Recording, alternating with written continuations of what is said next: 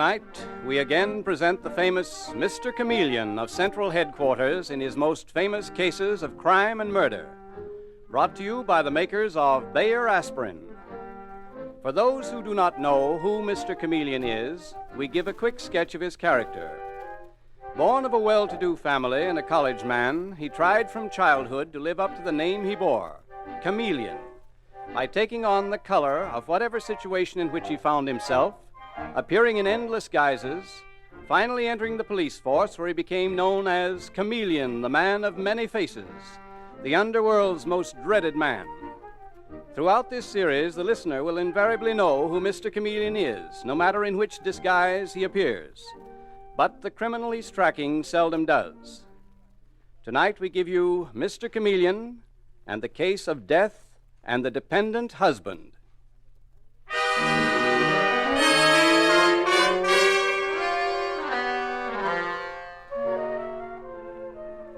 It is late afternoon, and in the modernistic bedroom of her East 50s apartment, Andrea Shepard is packing and trying to give her sympathetic attention to her husband, John, who is stretched out on the bed. And she says to him gently, "Oh, darling, please. Why must you torment yourself with all these doubts? You know I love you. I hate to leave you like this. But after all... you have to bring home the bacon. You're Andrea Shepard, the successful fashion designer, and aren't I lucky that you are so successful? John... According to your friends, I'm the luckiest man in the world. They don't even believe I'm sick. They say I like having you support me. Well, I know better. John, dear, I should be back Friday morning. Cliff, that charming half-brother of mine, even accuses me of being in love with your secretary. Oh, certainly by Friday noon at the latest. The fashion show takes place on Thursday night, and if I can catch a sleeper back to New York, I will. Otherwise, I'll fly. Andrea, are you listening to me? Oh, John, you forget I've heard all this a million times before. But they all say... I don't care what my friends say. I don't care what your half-brother Cliff says. He's no good. You've lent him too much money as it is. Yes, and he hates me for it. He's even threatened me. He says if you really understood me, you'd leave me. Well, I do understand you, and I shan't leave you. As for your being in love with my secretary, darling, well, I'm very fond of Louise Clark, but I really don't think she's a threat to our marriage. I must admit she's got quite a crush on me. She knows I'm sickly, that I don't just sponge on you. So do I, John. And now, please, will you stop thinking about it? Just take care of yourself until I get back. And before you know it, darling, I will be back.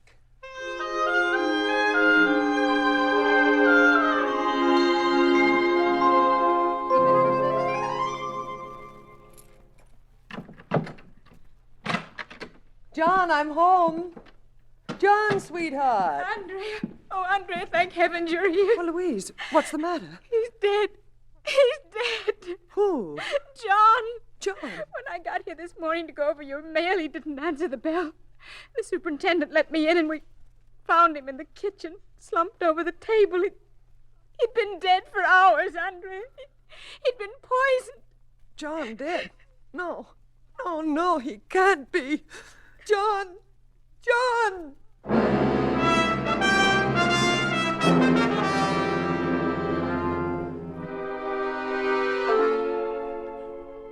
And now, at Central Headquarters in the office of the Commissioner of Police, we find the Commissioner restlessly pacing the floor. And with him is the famous Mr. Chameleon, the man of many faces, the scourge of the underworld, who at present looks completely mild and harmless as he smiles and says, "You know, Commissioner, if you aren't careful, you're going to burst a blood vessel." And it's 3 months since John Shepard was murdered, and we haven't dug up enough evidence to hold anyone. Well, what about the half-brother and Mrs. Shepard's secretary? We had to let them go. Oh? What else could we do?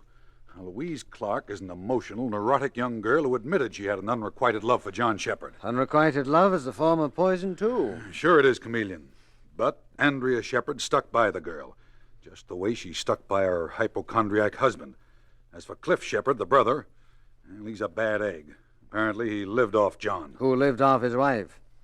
Sound like charming people. And the brothers hated each other. The night that John died, Cliff was quarreling with him. We had a fine case against Cliff. But you had to let him go. We couldn't prove that Cliff had brought John those almond cakes in which we found the poison.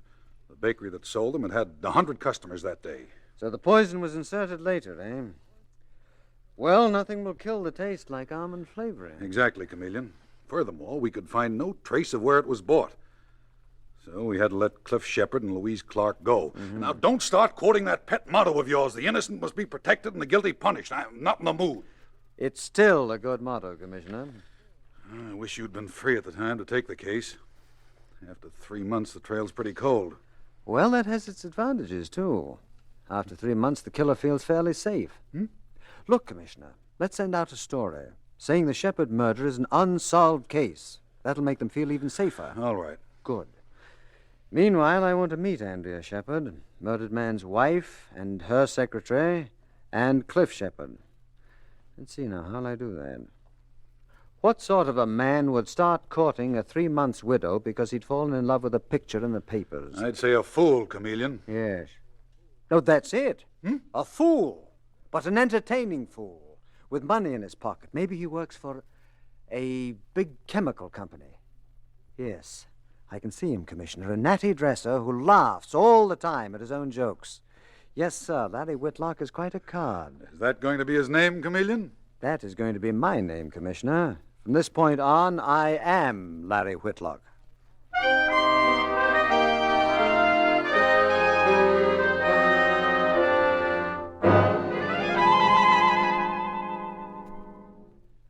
Darling, can hardly wait till tonight. Your witless friend, Whitlock. How's that, Dave? That's not bad, eh? You know, Mr. Chameleon, if you have to keep this up much longer, you're honestly going to start thinking those jokes are funny. Well, never mind, Dave. I'm making headway. Tonight, for the first time, I'm having dinner with Andrea Shepard. Took weeks of flowers and telegrams to do it, but at last I'm having dinner with her at the Coronet Restaurant. Alone? Dave, for a detective sergeant of police, you ask more questions. Alone? No. Philip Hawley will be with us. He's the dress manufacturer for whom she does most of her designing. Nevertheless, I expect to escort her home and finally meet that little secretary of hers, Louise Clark. Mr. Chameleon, tell me something. Aren't you working awfully slow? In this case, it's necessary. You see, we're up against a killer who's exceptionally clever. One false move will never get him. Well, now that does it. Yeah, those roses should convince Mrs. Shepard that I'm an ardent admirer. 3 dozen. See, that's Larry Whitlock for you. Always a little too much of everything. Well, good luck tonight. Well, the same to you, Dave. Have a nice trip. And if you get that information, call me immediately. Oh, yes, I will, Mr. Chameleon. Dave, please. The name is Larry. Good old Larry Whitlock, who doesn't have the sense he was born with, but he's going to be the life of the party if it kills him.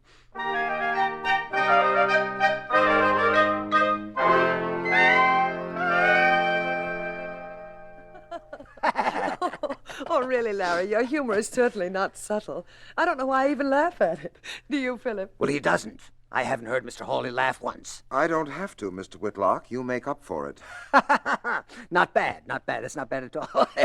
Is it, Andrea? He has a nice wit, too. What do you mean, too? Yeah. Beat you to it, Mr. Hawley, or rather we came out even. Mr. Whitlock, do you mind if I ask you a question? If you really work for that big chemical company... Well, don't you believe I do? Well, it's simply amazing to me that you ever stopped laughing long enough to hold such a job. Philip, really, you're being very rude. Larry's my friend, and he's done me a lot of good. I, for one, can use a little laughter. I'm sorry, Andrea. You're absolutely right. Mr. Whitlock, I apologize. Your apologies accepted, Mr. Hawley. No. Seriously, you've been extremely good for Andrea. And as her friend and employer, I appreciate that. I'm only sorry that I have to leave the two of you so early. But you'll see that she gets home all right, won't you, Mr. Whitlock? Oh, don't worry. Though I warn you, I'll make love to her all evening. Well, that's all right, just as long as she keeps on laughing. Oh. Andrea, I don't think he takes me seriously, but he will someday. He will. Now, let's see. What do I want for dessert? Oh, yes, we'd better order it if Philip has to leave soon. Yes. I know.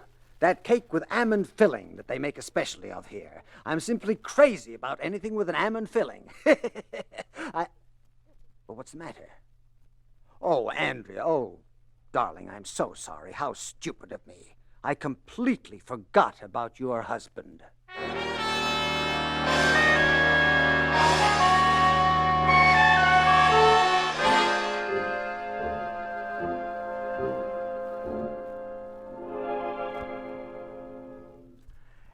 Andrea, darling? Are you still upset? Oh, Larry, of course not. Please stop talking about it. Oh, this is my apartment. You'll come in for a minute, won't you? I'll come in for several minutes. But I know that you've been upset. You've hardly heard what I said during the past hour. Well, Larry, I was a little upset. I love John very much.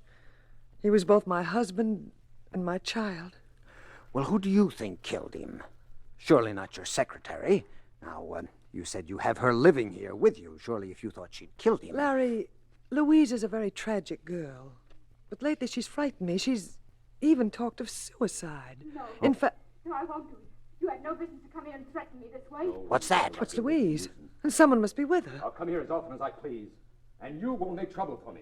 Not after tonight. It's Cliff, John's half-brother. What's he doing here? How dare he come here this way? How dare he? Cliff. Well, Andrea, what a pleasant surprise. We didn't expect you home for hours. Louise, how did he get in here? He was here when I got back from the movies, Andrea. He let himself in with a skeleton key. What? Sure I did. I thought I'd take a look around. I'm trying to find out who killed poor John. You mean you were after money? He asked me for money, Andrea. And then he started saying terrible things about John and me again. All of them true.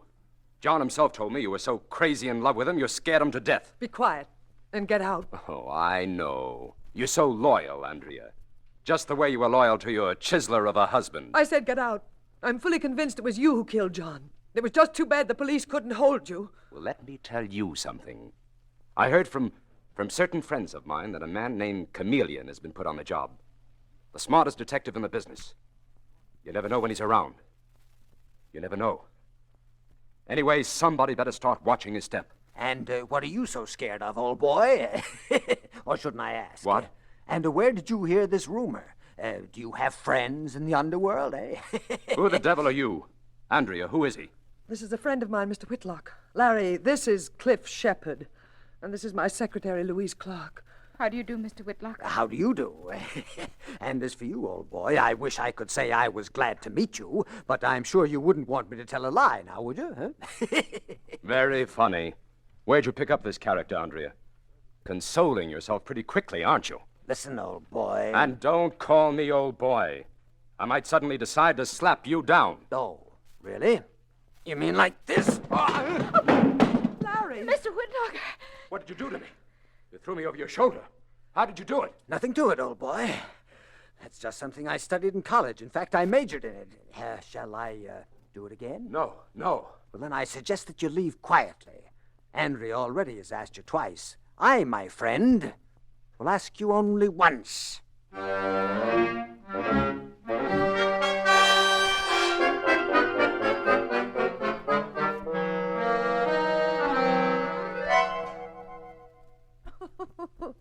Oh, Larry, really, it was just too funny. I didn't expect it from you. I know. Most people think I'm good for nothing except clowning, Andrea.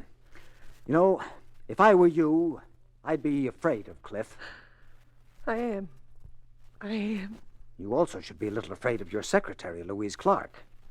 That's a very sick girl. You don't know which way she'll jump. Poor child. She's probably crying herself to sleep right now. Larry, you see that cigarette box on the table next to you? Yes. Open it. Oh. Plays a tune. Yes, that was John's favorite piece. Louise gave him the box. She spent a whole week's salary for it. Larry. What was that? It sounded like Louise. It came from her room. Come on.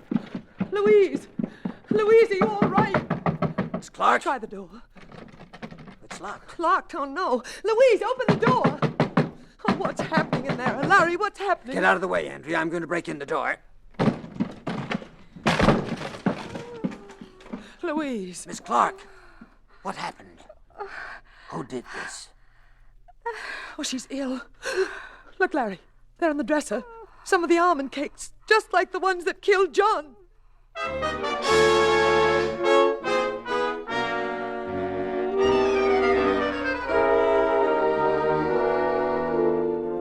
Mr. Chameleon and the case of death and the dependent husband continues in just a moment.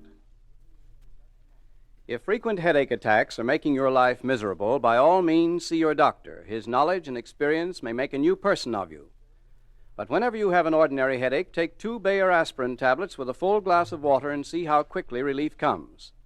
Because of its famous 2-second disintegrating action, genuine Bayer aspirin is one thing that really works and works quickly. Actually, Bayer aspirin is ready to go to work almost the instant you take it. To prove this, just drop a Bayer aspirin tablet in a glass of water. You'll see it start to disintegrate within 2 seconds. Because it does the same in your stomach, you get amazingly fast relief. Bayer aspirin means reliable relief, too. It has been used for years without ill effect by millions of normal people. So when you want fast relief and dependable relief, remember to do what millions do, use Bayer aspirin. Ask for it by its full name, Bayer aspirin, never by the name aspirin alone. Get the 100-tablet bottle and you get Bayer aspirin tablets for less than a penny apiece.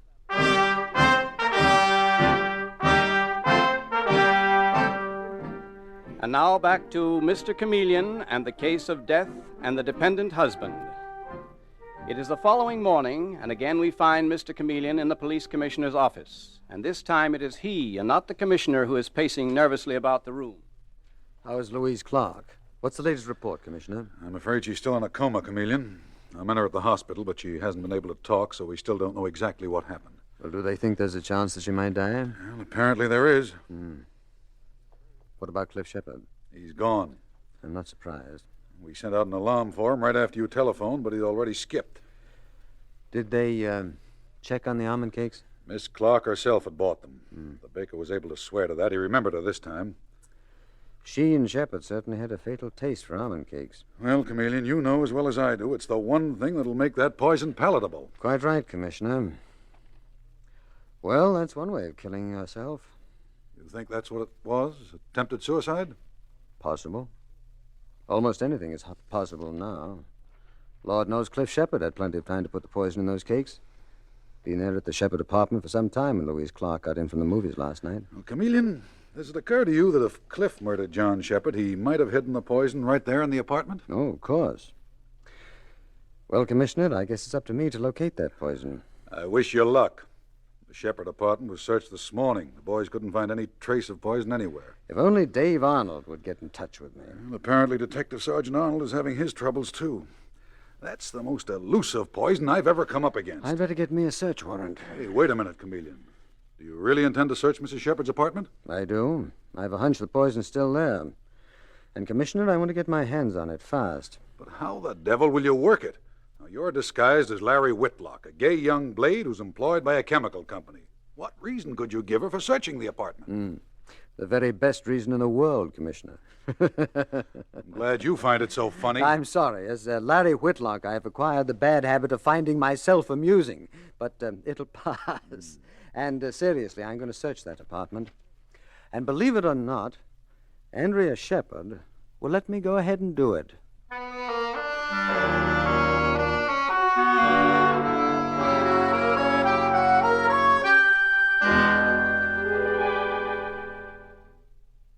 So you see, Andrea, I acquired an interest in chemistry at a very early age. And just between you and me, Darling, am I boring you?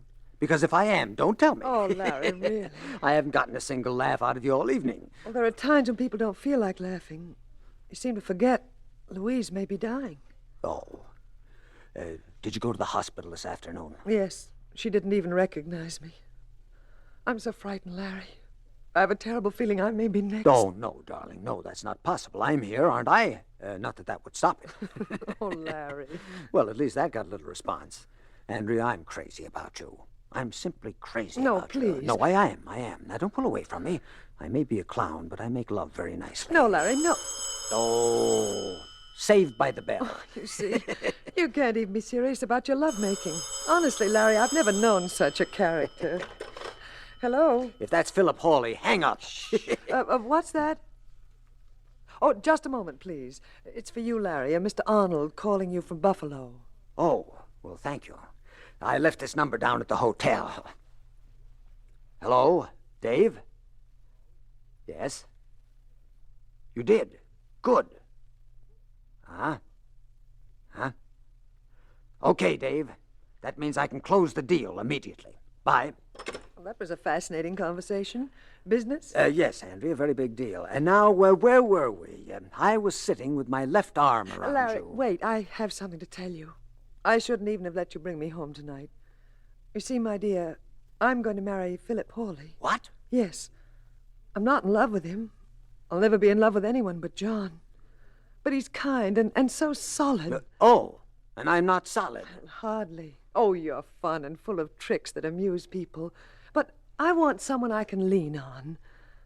I'm sorry, Larry. Well, darling, now I'll tell you something. I'm Mr. Chameleon. Who? Mr. Chameleon. You mean the famous detective? The one that Cliff Shepard was talking about? Yes. Oh. What's the matter? Oh, I get the point. If I'm going to marry Philip Hawley, you're Mr. Chameleon. You really don't believe I'm going to marry Philip, do you? And you don't really believe I'm Mr. Chameleon. Fair enough. Well, I am going to marry Philip Hawley. And I certainly don't believe you're Mr. Chameleon, the famous detective. Well, then I'll have to prove it to you, darling. I'm going to search the apartment. Oh, Larry, you idiot. Yes, I am. Andrea, where shall I start? I wonder if the poison could be hidden in these books. Oh, now listen, Larry, fun is fun. No, nothing in the books. Well, what about this vase? No, nothing in there either. Larry, how long do you intend to keep this up? You certainly run a joke right straight into the ground. I have to prove to you that I'm Mr. Chameleon, don't I? I'm afraid I'll have to prove to you that I'm in no mood for jokes tonight. Will you forgive me, Larry, if I get you your hat? What? Go ahead, Andrea. Will you forgive me if I tap the woodwork to see if it's hollow? Oh, go ahead. No, seems to be perfectly solid. Just like my head. Beat you to it, darling. Larry, where did you leave your hat? Put it in the closet. Now, let's see. Cigarette box. Musical cigarette box that plays a tune when you raise the cover. Nothing but cigarettes. Unless... What are you doing? What, dear? What are you doing with that box? Well, I'm going to examine it. Thoroughly, I might add. No, put it down. I won't have anyone touching that box. It belonged to John. Put it down. So that's where the poison is hidden. I thought so. Well, I'll have to pry off the top of the lid. Don't you touch it. My. But we're getting excited, aren't we? Let's see, where is my penknife? Here we are. I warn you, if you touch that box, Larry, I will... Chameleon is the name. And I happen to have a search warrant right here with me. You won't need it, Chameleon. Put it away. What? Philip. Well, if it isn't Mr. Philip Hawley, the not-so-solid businessman. My successful rival, or John Shepard's successful rival, I might add. The two of you planned his death together, didn't you? Save your breath, Chameleon. It won't do you any good. And drop that penknife. That's better. Andrea, search him. See if he has a gun. I haven't. Search him, Andrea. But, Philip, you don't think... He's not really Mr. Chameleon? Of course he is. Oh, he fooled me, too. But you, Andrea, you little moron, you had to give it away. He guessed the poison was in the music Guessed? box. You practically told him. Like I couldn't help it. I was so nervous. Why shouldn't I be nervous? Why, that's right. It's poor Andrea who did all the dirty work. First John and then Louise, because Louise might suspect. As Andrea so rightly said, why shouldn't she be nervous? Aren't you just a bit nervous, Mr. Chameleon? You should be. You'll never get out of here alive to tell your story. I don't have to. What do you mean? Well, that phone call a moment ago was from Detective Sergeant Arnold, who was calling me from Buffalo. He called me, Andrea, to tell me that at last he'd managed to trace the sale of that poison. Philip. See, I sent Dave to Buffalo because I knew that you had spent quite a lot of time there, supervising your fashion shows. It was on one of your last trips that you purchased the poison, under another name, but the man who sold it will identify you. If he finds her. Also, needless to say, if anything happens to me, the police will know who did it. Philip, he's right. Yes, Andrea, but there's one little thing he's forgotten. At least if we get rid of him, we can make a run for it. How about it, Chameleon? Isn't that true? Quite true. Philip, don't go so close to him. Don't be silly. You don't think I'm afraid of him. I have a gun, and he has nothing. Nothing. Have you, Chameleon? No. Just the same, don't go too close to him, Philip! That's too bad. Andrea never did get a chance to tell you I was an expert at jiu-jitsu. Andrea, when I dropped that gun, why didn't you pick it up? She was too nervous, Mr. Hawley. Anyway, I have it now, and I think the three of us will take a little ride to police headquarters.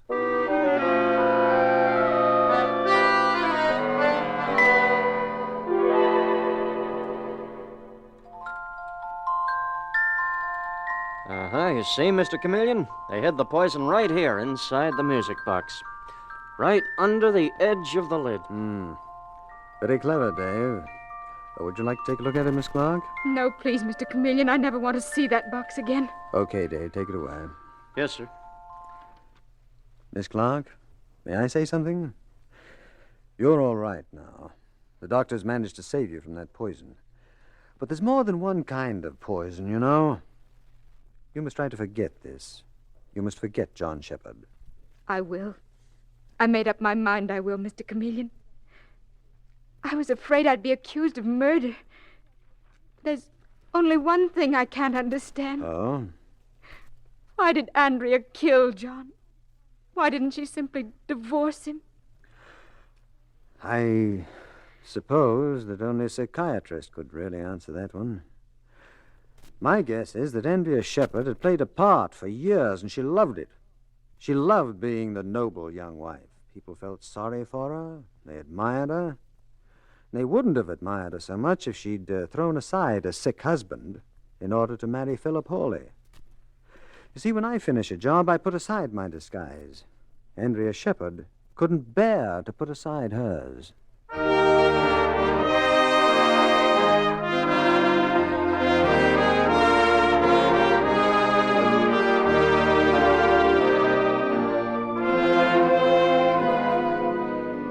And with these words, Mr. Chameleon concludes tonight's murder case.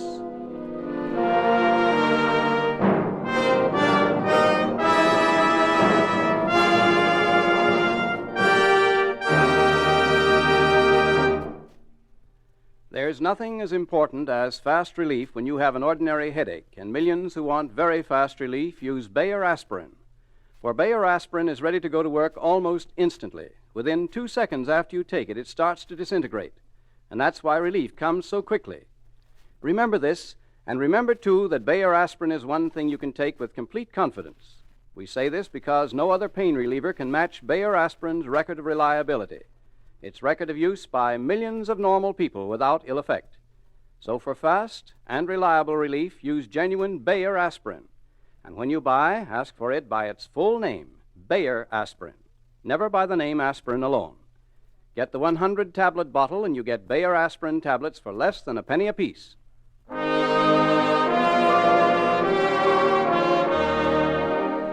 Listen next Wednesday night at this same time for Mr. Chameleon, the man of many faces, in The Vestibule Murder Case. The part of Mr. Chameleon is played by Carl Swenson, with dialogue by Marie Baumer from the original story by Frank and Ann Hummert. Music directed by Victor Arden. Your announcer is Howard Claney.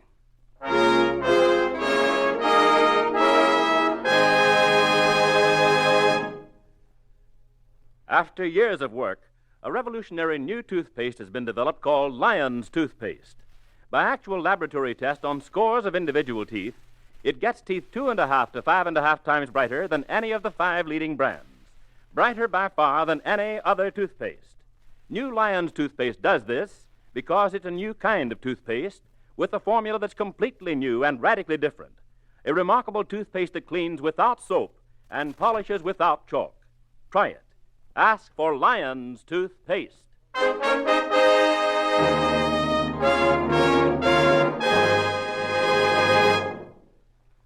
Mr. Chameleon, the new mystery drama, will be heard in another performance next Wednesday night at this time. This is CBS, the Columbia Broadcasting System.